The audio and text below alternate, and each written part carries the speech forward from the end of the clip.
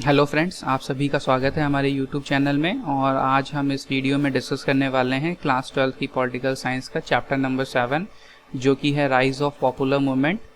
तो without any further delay चलिए शुरू करते हैं आज की इस वीडियो को। ठीक है, पहली हेडिंग है हमारी चिपको मूवमेंट। जान लेते हैं चिपको मूवमेंट के बारे में। ठीक है, इसके डिमांड्स क्या थी, इनका रिजल्ट क्या था, कैसे ये स्टार्ट हुआ। ठीक है, चलिए देखिए, यहाँ पे मैंने आपको ये इमेज दिखाई हुई है। ठीक है, इस इमेज में क्या है, ये एक ट्री है। ठीक है, इसको कपल ऑफ लेडीज हग करके खड़ी हुई हैं। ठीक है, इसलिए इस मूवमेंट को हग द ट्री मूवमेंट भी बोलते हैं। ठीक है, मीन्स ट्री को गले लगाना। ठीक है, ये मूवमेंट अगर हम बात करें तो स्टार्ट किसने किया था, तो उन पर्सनैलिटी का नाम है सुंदरलाल बहुगुणा। ठीक है, उन्होंने शुरू किया था इस मूवमेंट को। इस मूवमेंट की खास बात क्या थी कि इसमें जो मेजॉरिटी ऑफ द पार्टिसिपेंट्स थे, ठीक है, जिन लोगों ने इसमें हिस्सा लिया था वो ज़्यादातर लेडीज़ थी। ठीक है, अच्छा अब जान लेते हैं ये शुरू क्यों हुआ था। देखिए क्या है, पहले तो आप ये बात जान लीजिए। ठीक है, कि जैसे देखिए फॉरेस्ट हैं। ठीक है, तो फॉरेस्ट जो प्रोडक्ट्स होते हैं, ठीक है, उनका इस्तेमाल कौन करता है, जो उसके आसपास के जो एरियाज़ में जो विलेजेस होते हैं, ठीक है, वो उन फॉरेस्ट प्रोडक्ट्स का इस्तेमाल करते हैं। ठीक है, यहाँ पर क्या हुआ था, जो आपका फॉरेस्ट डिपार्टमेंट था, ठीक है, वो फॉरेस्ट डिपार्टमेंट ने जो विलेजेस की एंट्री थी, ठीक है, उसको फॉरेस्ट में बैन कर दिया था। मतलब किसी भी तरह का जो फॉरेस्ट प्रोड्यूस पहले विलेजेस फॉरेस्ट से लिया करते थे, ठीक है, उसको पूरी तरह से बंद कर दिया था। वेयर एज उनके सामने एक अपॉर्चुनिटी आई कि जो एक स्पोर्ट्स कंपनी थी, स्पोर्ट्स मैन्युफैक्चरर कंपनी, ठीक है, उसने फॉरेस्ट प्रोड्यूस का इस्तेमाल करना चाहा तो उसको वो दे दिया उन्होंने।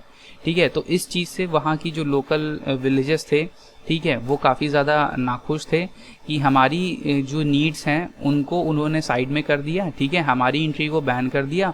और वहीं जो कॉमर्शियल पर्पस की बात आई, ठीक है, पैसे की बात आई, तो इन्होंने स्पोर्ट्स मैन्युफैक्चरिंग कंपनी को कॉन्ट्रैक्ट दे दिया। ठीक है, और अब वो वहाँ पर क्या कर रहे हैं, अपनी मर्जी के हिसाब से वहाँ पे पेड़ों की कटाई कर रहे हैं, फॉरेस्ट प्रोड्यूस का इस्तेमाल कर रहे हैं।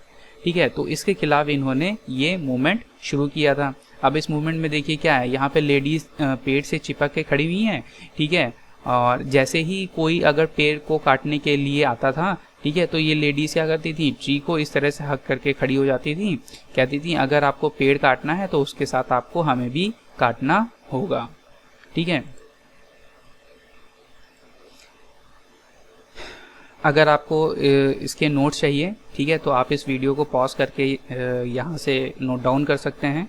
ठीक है, मैंने नोट्स बनाए हुए हैं इसके। ठीक है, आप पॉज करके इसको लिख सकते हैं। अब देखिए इस मूवमेंट का रिजल्ट क्या हुआ। यहाँ पे जो इंडियन गवर्नमेंट थी उसने डिसीजन लिया कि नेक्स्ट 15 ईयर्स तक, ठीक है, जो एरिया था उत्तराखंड का, वहाँ पे किसी भी तरह की पेड़ों की कटाई पे बैन कर दिया था। ठीक है, और बोला था कि जब तक फॉरेस्ट एरिया, ठीक है, पूरी तरह से रिकवर नहीं हो जाता, ठीक है, जो ग्रीनरी है यहाँ की जो लॉस हुई है, ठीक है, वो पूरी तरह से रिकवर नहीं हो जाती, तब तक इस एरिया में किसी भी पेड़ की कोई भी कटाई नहीं होगी।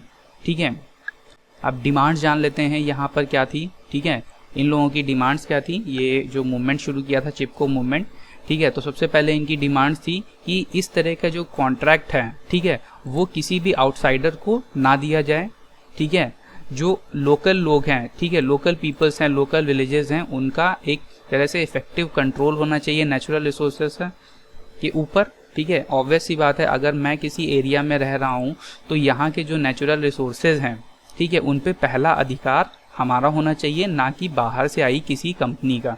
ठीक है, पहले हमें यूज़ करने दिया जाए, उसके बाद आप यूज़ करिए। ये नहीं कि आपको बैन कर दिया और उनकी एंट्री को अलाउ कर दिया। ठीक है, और यहाँ से गवर्नमेंट से इनकी क्या डिमांड्स थी, ये चाहते थे कि जो स्मॉल स्केल इंडस्ट्रीज़ हैं, ठीक है, उनको जो रॉ मटेरियल है वो लो कॉस्ट पे प्रोवाइड किया जाए। ठीक है, चलिए नेक्स्ट पॉइंट देख लेते हैं हम। देखिए यहाँ पे विलेजेस क्या चाहते थे, विलेजेस की एरिया का डेवलपमेंट तो हो, बट साथ ही साथ यहाँ का जो इकोलॉजिकल बैलेंस है उसको भी सरकार मेंटेन करके चले। ठीक है, जो बैलेंस है इकोलॉजिकल उसे डिस्टर्ब ना करे। ठीक है, और इनकी डिमांड क्या थी, ये मिनिमम वेजेस की डिमांड करते थे। जो लैंडलेस लेबर थे, फॉरेस्ट वर्कर्स थे, ठीक है, उनको क्या हो, एक मिनिमम वेज मिले, ठीक है, जिससे कि वो अपने घर का खर्च चला सकें, ठीक है, उसका प्रावधान चाहते थे ये। तो ये कुछ डिमांड थी जो यहाँ पर इस मूवमेंट के थ्रू यहाँ के लोकल लोगों ने गवर्नमेंट के सामने रखी हुई थी, ठीक है। चलिए नेक्स्ट हेडिंग देख लेते हैं, फॉरेस्ट कॉन्ट्रैक्टर्स का रिएक्शन, ठीक है। ये मूवमेंट सक्सेसफुल ना हो, ठीक है, तो इसलिए फॉरेस्ट कॉन्ट्रैक्टर्स ने क्या स्टेप उठाया यहाँ पर, इन्होंने क्या किया, जो अल्कोहल की जो सप्लाई थी, ठीक है, उसको डबल कर दिया, ठीक है, ताकि जो यहाँ के जो मेल मेंबर्स हैं, देखिए हेड ऑफ द फैमिली क्या होता था, विलेजेस में मेनली मैन ही होते थे, वहीं सारे डिसीजन लिया करते थे। तो ये जो कॉन्ट्रैक्टर्स थे ये मानते थे कि अगर हम अल्कोहल की सप्लाई यहाँ के मेल्स को डबल कर देते हैं तो वो क्या करेंगे, अपनी लेडीज़ को घर से बाहर निकलने से रोकेंगे, ठीक है, और इस मूवमेंट में वो पार्टिसिपेट नहीं कर पाएंगी।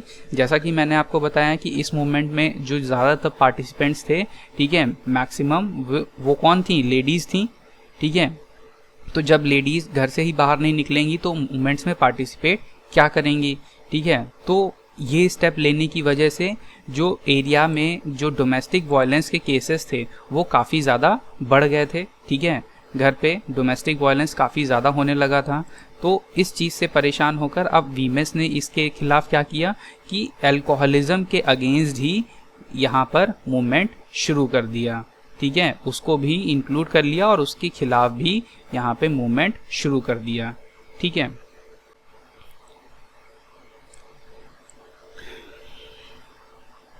नेक्स्ट हेडिंग देख लेते हैं, difference between party based and non party based movement, ठीक है। सिंपल सी चीज़ है, इसमें कभी आपसे बस डिफरेंस ही पूछा जाएगा, party based non party based movement जो है ज़्यादा कुछ है नहीं इसमें डिस्कस करने लायक, क्योंकि इस चैप्टर में काफ़ी सारी ऐसी हेडिंग्स हैं जिनसे क्वेश्चन आपका आता ही आता है, ठीक है, तो उन पे हम ज़्यादा फोकस करेंगे बजाय इसके।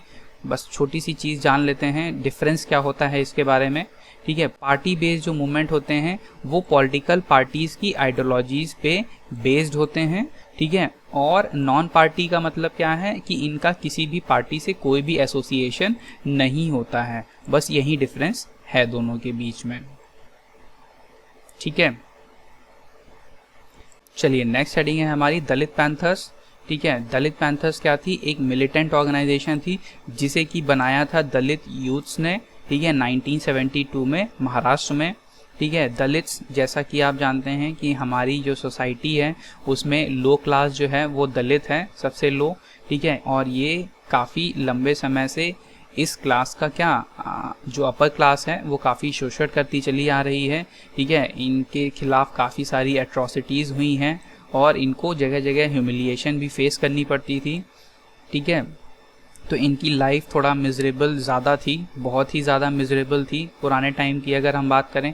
जैसे आपको एक एग्जांपल के तौर पे, जैसे मान लीजिए कोई विलेज है, ठीक है, उसमें क्या होता था, गांव में इनको एक विलेजेस का एक कोना दे दिया जाता था, उस एक कोने में ही ये सारे लोग रहा करते थे, ठीक है। खाने के लिए खाना भी नहीं मिलता था, ठीक है, कभी कभी, ठीक है। जो मंदिर होते थे उनमें इनकी एंट्री बैन होती थी, ठीक है। और जैसे मान लीजिए कोई गांव में कुआं है, ठीक है, उससे पानी नहीं ले सकते थे, जहां से अपर क्लास जिस कुएं से पानी लेते थे उससे ये लोग पानी भी नहीं ले सकते थे, मंदिरों में एंट्री नहीं होती थी, ठीक है। तो ये सारी कुछ चीज़ें थी जो दलित्स ने काफ़ी लंबे समय तक फेस की हैं, ठीक है। अब यहाँ पर देख लेते हैं 1970s में क्या हुआ, जो दलित्स की जो पहली जनरेशन थी वो ग्रेजुएट हुई और उसने डिसाइड किया कि इन सभी चीज़ों के खिलाफ हम क्या करेंगे, प्रोटेस्ट करेंगे, ठीक है, प्रोटेस्ट करेंगे। अब इन्होंने प्रोटेस्ट शुरू किया। अब जान लेते हैं उस प्रोटेस्ट में इन्होंने अपनी कौन कौन सी डिमांड्स थी जो कि सरकार के सामने रखी, ठीक है। ये क्या चाहते थे, देखिए इंडिया आज़ाद हो चुका था और जो कॉन्स्टिट्यूशन था उसमें सभी को इक्वल राइट्स दिए गए थे, ठीक है, इंक्लूडिंग दलित्स जो लोअर क्लास थी।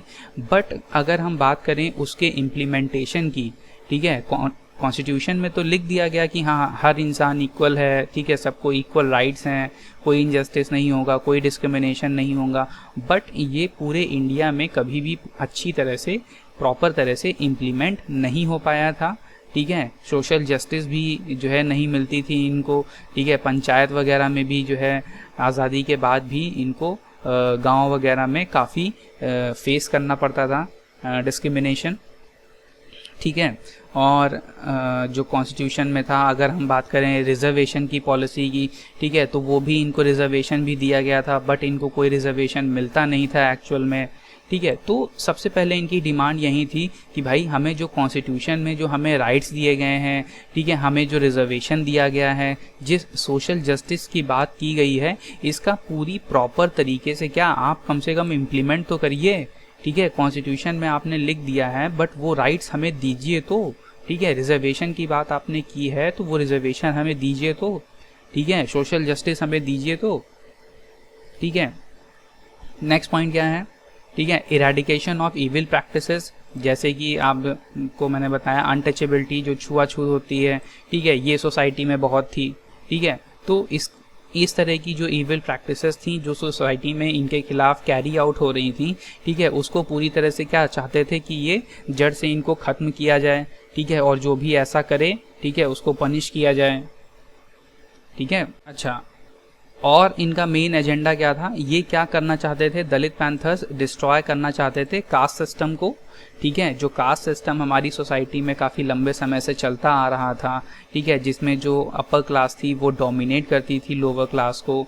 ठीक है, तो उस पूरे सिस्टम को ये क्या करना चाहते थे? डिस्ट्रॉय करना चाहते थे, पूरी तरह से सोसाइटी से ख़त्म करना चाहते थे, ताकि जो नीची कास्ट के जो लोग हैं वो भी अपनी लाइफ को अच्छे से जी सकें। जो ह्यूमिलिएशन अब तक फेस करते आ रहे हैं, नाउ इंडिया इज़ फ्री, और कॉन्स्टिट्यूशन में जब हमें इक्वल राइट्स दिए गए हैं तो आप कौन होते हैं इस तरह का डिस्क्रिमिनेशन करने वाले?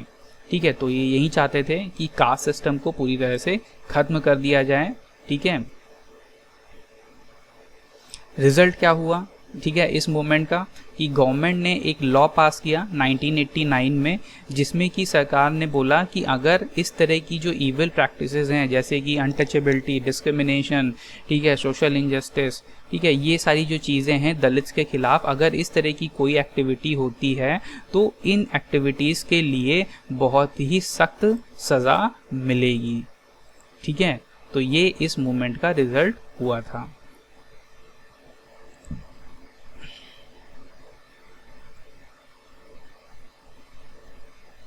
चलिए, नेक्स्ट हेडिंग है हमारी भारतीय किसान यूनियन। जान लेते हैं भारतीय किसान यूनियन के बारे में, या BKU शॉर्ट में अगर हम बोलें। ठीक है, तो BKU एक ऑर्गेनाइजेशन थी, ठीक है, जिसके जो फार्मर्स थे वो कहाँ के रहने वाले थे? वेस्टर्न यूपी और हरियाणा रीजन के। ठीक है, यहाँ के जो किसान थे इन्होंने ही मिलकर बनाया था BKU। ठीक है, अब इसमें हुआ क्या था देखिए, 1988 में अगर हम बात करें तो यहाँ पे जो फोटो देख रहे हैं, ठीक है, लगभग 20,000 जो फार्मर्स थे, ठीक है, वो मेरठ के जो कलेक्टर थे उनके ऑफिस के सामने लगभग 3 हफ्तों तक इन्होंने धरना प्रदर्शन किया था, जब तक कि इनकी डिमांड्स फुलफिल नहीं हो गई। 3 हफ्ते तक ये जो है मेरठ का जो कलेक्टर ऑफिस था उसके बाहर ऐसे ही बैठे रहे थे। ठीक है, जब तक कि इनकी डिमांड्स फुलफिल नहीं हो गई, ठीक है, तब तक ये यहीं बैठे रहे। चलिए, डिमांड्स देख लेते हैं आखिर इनकी क्या थी, क्यों इन्होंने ये धरना प्रदर्शन किया था। सबसे पहला पॉइंट है इलेक्ट्रिसिटी, एक मुद्दा था यहाँ पर। ठीक है, रिसेंटली गवर्नमेंट ने क्या किया था, जो इलेक्ट्रिसिटी के जो रेट्स थे वो काफ़ी बढ़ा दिए थे, जिसकी वजह से किसानों को काफ़ी ज़्यादा प्रॉब्लम हो रही थी। ठीक है, तो ये चाहते थे कि जो इलेक्ट्रिसिटी के जो रेट्स थे वो कम कर दिए जाएं। ठीक है, किसानों में अगर किसी तरह का कोई लोन है, ठीक है, तो उस लोन को वेव ऑफ कर दिया जाए, छोड़ दिया जाए। ठीक है, सरकार उनसे लोन वसूल ना करे। ठीक है, इंटर स्टेट मूवमेंट जो फार्म प्रोड्यूस का है, जो भी किसान प्रोड्यूस कर रहा है, ठीक है, उसके मूवमेंट पे किसी भी तरीके की रिस्ट्रिक्शन ना हो। ठीक है, उसका जहाँ मर्जी हो वहाँ जाकर वो बेच सके आसानी से। और क्या चाहते थे, ये जो वीट और शुगर केन का जो प्राइस है, ठीक है, उसको सरकार क्या करे, थोड़ा सा अप कर दे। ठीक है, जो प्राइस मौजूदा हालत में थे वो काफ़ी कम थे, तो किसान चाहते थे कि हाइयर प्राइस पे वीट और शुगर केन की खरीदारी की जाए। ठीक है, और क्या चाहते थे ये, पेंशन टू द फार्मर्स, ठीक है, कि फार्मर्स को भी सरकार पेंशन दे। तो ये थी इस मूवमेंट की कुछ डिमांड्स, ठीक है। अब देख लेते हैं आखिर बीकेयू के सक्सेसफुल होने का राज क्या है। आखिर बीकेयू भारतीय किसान यूनियन इतनी सक्सेसफुल क्यों रही, इसके मूवमेंट्स जो होते थे वो काफ़ी सक्सेसफुल होते थे। जैसा कि आप जानते हैं बीकेयू एक नॉन पॉलिटिकल ऑर्गेनाइजेशन थी, इसका किसी भी पॉलिटिकल पार्टी से कोई लेना देना नहीं था, बट एक्चुअली ये काम करती थी क्या, एज अ प्रेशर ग्रुप, ठीक है। पॉलिटिकल पार्टीज जो भी पावर में थी उनके ऊपर प्रेशर डालने का काम करती थी, ठीक है। और प्रेशर पड़ता भी था। क्यों प्रेशर पड़ता था, क्योंकि इनकी जो सबसे बड़ी ताकत थी वो थी इनके नंबर्स में, ठीक है। क्योंकि इसके बीकेयू कोई छोटी मोटी जो है ऑर्गेनाइजेशन नहीं थी, ठीक है। इसमें बहुत सारे लोग जुड़े हुए थे और वो सभी के सभी क्या थे, किसान थे, फार्मर्स थे, ठीक है। तो जैसा कि अभी आपने यहाँ पे ऊपर देखा कि यहाँ पर ये जो इन्होंने मूवमेंट किया, ठीक है, इसमें लगभग 20,000 पीपल्स, ठीक है, पार्टिसिपेट किए थे, ठीक है। अब 20,000 पीपल्स जो है 3 हफ्ते तक, ठीक है, कलेक्टर के ऑफिस के सामने बैठे रहे, ठीक है। ये इन्होंने सिटिंग किया, डिमॉन्स्ट्रेशन यहाँ कर रहे थे ये, ठीक है, यहाँ पर। तो 3 हफ्तों तक जो है इनको अगर हम बात करें इनके खाने पीने की और इनका ध्यान रखने की, तो ये सब कौन करता था, ये लोग घर से तो लेकर चले नहीं थे सब कुछ, ठीक है। तो इनकी मदद यहाँ के आसपास के जो विलेजेस थे, वहाँ के जो लोग थे, वो खाने पीने का सामान इनको सप्लाई करते थे, ठीक है। तो यूनिटी की बात करें तो किसान किसान भाई भाई, ठीक है। नेक्स्ट और जान लेते हैं इसके बारे में कि आखिर फैक्टर्स क्या थे इसके सक्सेसफुल होने के। Organise rally, peaceful rallies organise करते थे, डेमोन्स्ट्रेशंस करते थे, सिटिंग्स करते थे, बैठ जाते थे, ठीक है, हफ्तों तक बैठे रहते थे, हाँ भाई धरना प्रदर्शन कर रहे हैं हम, ठीक है। जेल भरो आंदोलन, ठीक है, जेल में घुस जाओ, चले जाओ, कोई छोटा मोटा काम करके जेल में चले जाओ, ठीक है। तो जब इतने सारे लोग इस ऑर्गेनाइजेशन के मेंबर्स हैं, ठीक है, छोटा मोटा क्राइम करके अगर आप अंदर जाएंगे तो सरकार के पास जो जेल है वो तो लिमिटेड ही है ना। अगर जेल में जगह ही नहीं होगी तो फिर जो एक्चुअल में जो क्रिमिनल्स हैं उनको कहाँ रखेगी, ठीक है। तो ये भी एक सरकार के सामने प्रॉब्लम हो जाती थी, इस चीज़ से काफ़ी परेशान रहती थी कि ये लोग तो इतने सारे हैं, अब इनको हम जेल में भी नहीं डाल सकते हैं। नेक्स्ट पॉइंट क्या है, BKU use caste linkage system, ठीक है। इन्होंने कास्ट लिंकेज सिस्टम को यूज़ करके अपने लोगों को मोबिलाइज किया यहाँ पर। नेक्स्ट पॉइंट क्या है, पॉलिटिक्स में आप जानना चाहते हो तो आप जा सकते हो, ठीक है। तो क्योंकि आप बीकेयू के मेंबर हो तो थोड़ा आपको प्रायोरिटी मिलती थी, ठीक है। क्यों, क्योंकि आप बीकेयू के मेंबर हो तो आप पॉलिटिक्स में जाना चाहते हो तो आप अपने पॉलिटिक्स में जा सकते हो, ठीक है। और इसके इतने लंबे समय तक स्टेबल होने का रीज़न क्या है, क्योंकि ये क्लैन नेटवर्क पे बेस्ड थी, ठीक है। चलिए नेक्स्ट हेडिंग है हमारी एंटी एरैक मूवमेंट, ठीक है। जान लेते हैं एंटी एरैक मूवमेंट के बारे में। एंटी मीन्स होता है अगेंस्ट, एरैक मीन्स होता है अल्कोहल। तो बेसिकली ये मूवमेंट था अगेंस्ट अल्कोहलिज्म, ठीक है। और ये शुरू कहाँ हुआ था, आंध्र प्रदेश में, ठीक है। देखिए इसमें क्या था, जो रूरल वुमेन्स थी, ठीक है, गांव की जो लेडीज थी, फीमेल्स थी, ठीक है, उन्होंने प्रोटेस्ट शुरू कर दिया था अगेंस्ट अल्कोहलिज्म, वहाँ की माफिया और गवर्नमेंट के अगेंस्ट, ठीक है। ये दोनों क्यों इन्वॉल्व थी, क्योंकि माफिया वहाँ की क्या सेल करती थी अल्कोहल, और गवर्नमेंट ने सेल ऑफ अल्कोहल को अप्रूव कर रखा था, ठीक है। इन्होंने अप्रूव क्यों किया था, क्योंकि इन्हें इससे, इसकी सेल से पैसा मिलता है, काफ़ी सारा टैक्स मिलता है गवर्नमेंट को।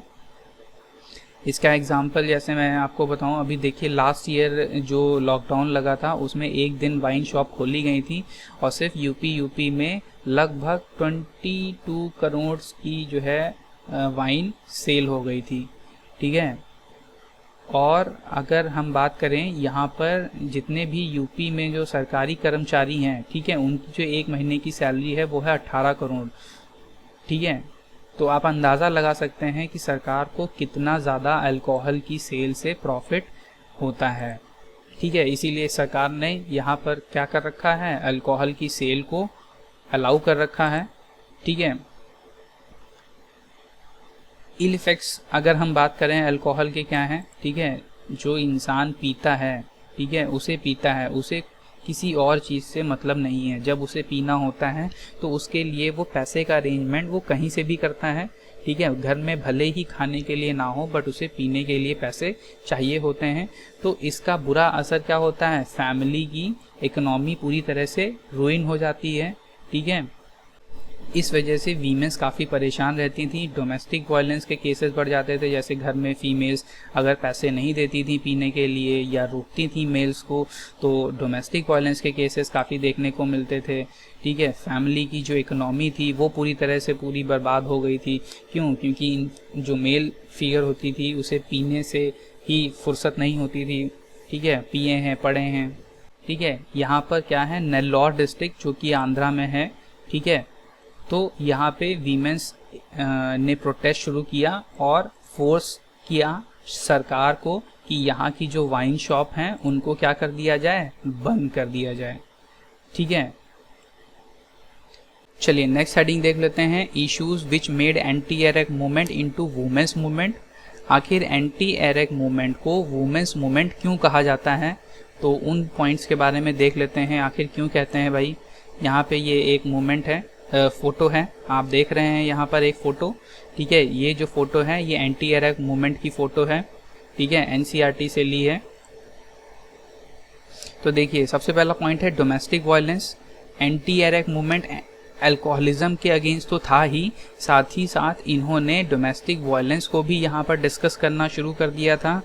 और भी ऐसे बहुत सारे टॉपिक्स थे जो कि पहले कभी ओपनली डिस्कस नहीं किए गए थे, जैसे कि डाउरी सिस्टम, उस चीज़ को भी इन्होंने यहाँ पर डिस्कस करना शुरू कर दिया था, इंक्लूड कर लिया। नेक्स्ट क्या है, अनइक्वल ट्रीटमेंट, ठीक है, बराबर नहीं मानते थे, मेल से इंफीरियर मानते थे, ठीक है।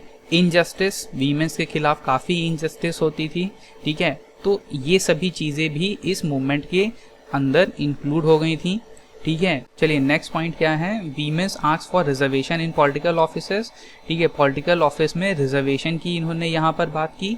अब इस मूवमेंट का रिजल्ट देख लेते हैं। रिजल्ट क्या हुआ, 73rd और 74th अमेंडमेंट हमारे कॉन्स्टिट्यूशन में हुआ, जिसमें कि लोकल पॉलिटिक्स में वीमेंस को क्या रिजर्वेशन मिल गया, ठीक है।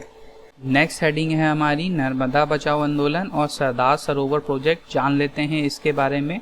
सरदार सरोवर प्रोजेक्ट क्या था, एक मल्टीपर्पज़ डैम प्रोजेक्ट था, जिसके अंदर सरकार क्या करने वाली थी, बहुत सारे डैम्स को बनाने वाली थी। और ये डैम्स किसके ऊपर बनने वाले थे, जो नर्मदा रिवर है उस और उसकी जो ट्रिब्यूटरीज हैं, ठीक है, जहाँ जहाँ से फ्लो हो रही हैं उनके ऊपर डैम्स बनने का जो कॉन्ट्रैक्ट है वो पास हो गया था और सरकार उनके ऊपर डैम्स बनाने वाली थी। नर्मदा और उसकी ट्रिब्यूटरी कहाँ से होकर गुजरती हैं, गुजरात, महाराष्ट्र और मध्य प्रदेश। तो इन जगह डैम्स बनने वाले थे, ठीक है, जिसमें जो मेजर डैम्स थे वो कौन से थे, सरदार सरोवर प्रोजेक्ट जो कि गुजरात में था और नर्मदा सागर प्रोजेक्ट जो एमपी में था। तो ये मेजर प्रोजेक्ट्स थे, ठीक है।